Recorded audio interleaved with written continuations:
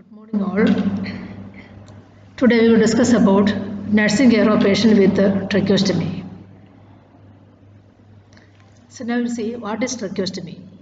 Tracheostomy is a procedure in which a surgical incision is made in the trachea for the purpose of establishing an airway. Here you can see the anatomical positioning of a tracheostomy tube. Now we will move on to the indications of a tracheostomy. What are the indications of a tracheostomy? First one, long-term need for ventilator support. Then airway protection after the head and neck surgery. Then airway protection from secretions or food because of swallowing problems. Then obstructions of the mouth or throat. Breathing difficulty caused by edema, injury or pulmonary conditions. Airway reconstruction following tracheal or laryngeal surgery.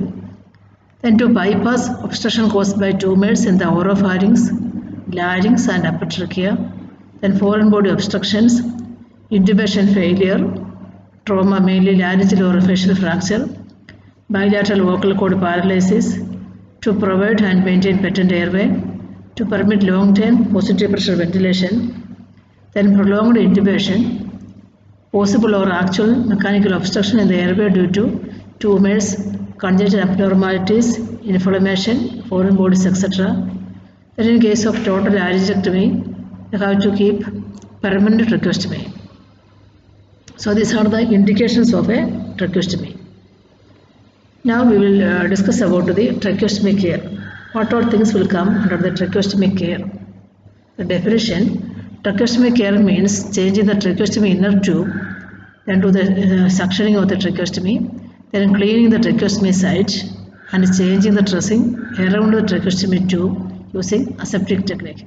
These all are coming under the tracheostomy. Coming to the purposes of a tracheostomy care, to maintain patent airway by removing the secretions, to promote healing and prevent skin excoriation around the tracheostomy stoma, to reduce airway resistance, to maintain optimum physical comfort, to facilitate mechanical ventilation.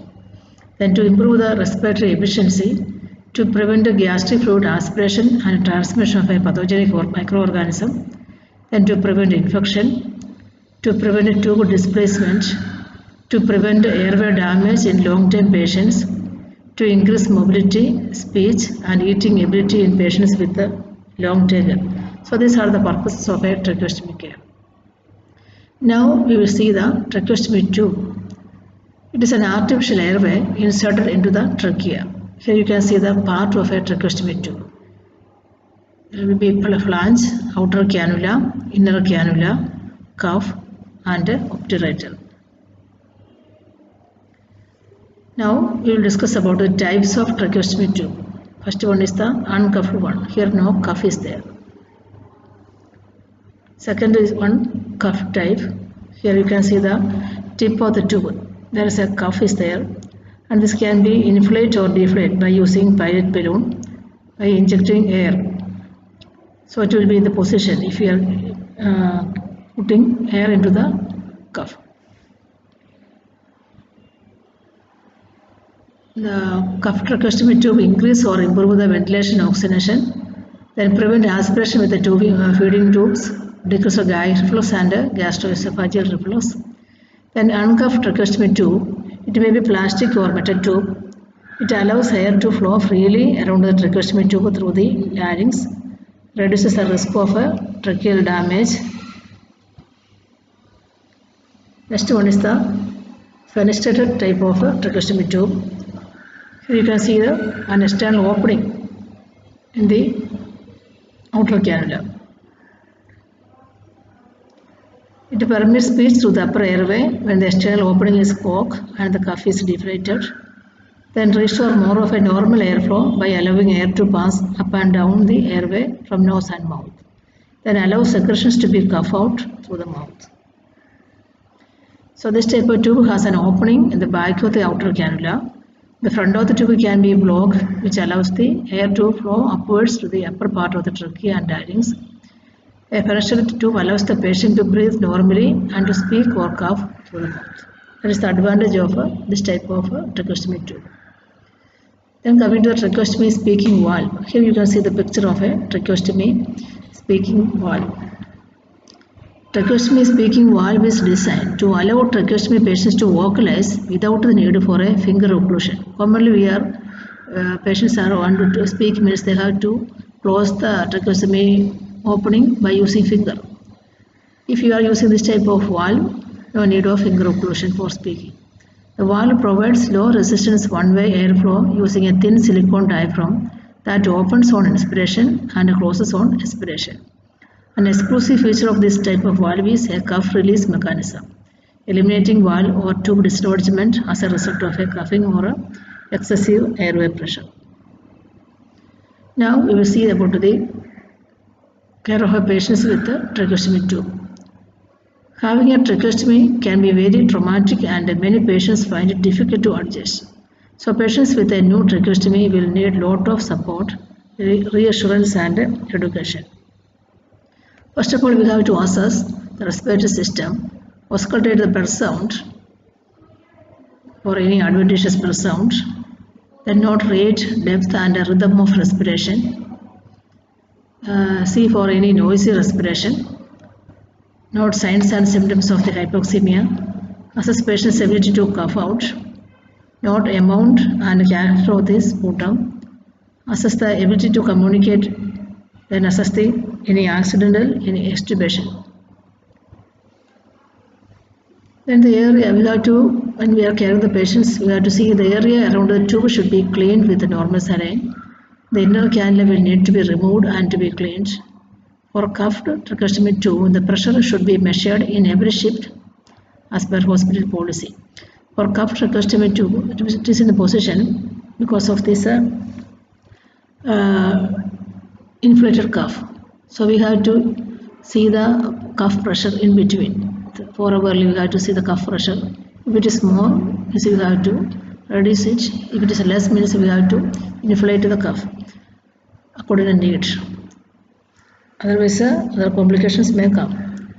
Then suction catheter size should not have an outer diameter greater than 2/3 of the inner diameter of the tube being suctioned.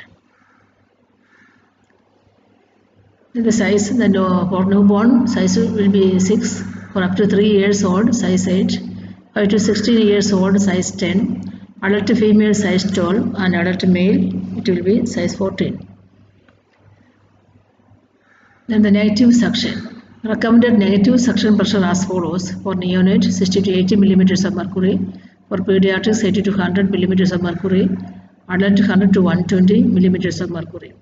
Pressure exceeding 120 millimeters of mercury may cause damage to the mucous membrane and should not be used. Total suction time should not exceed 15 seconds.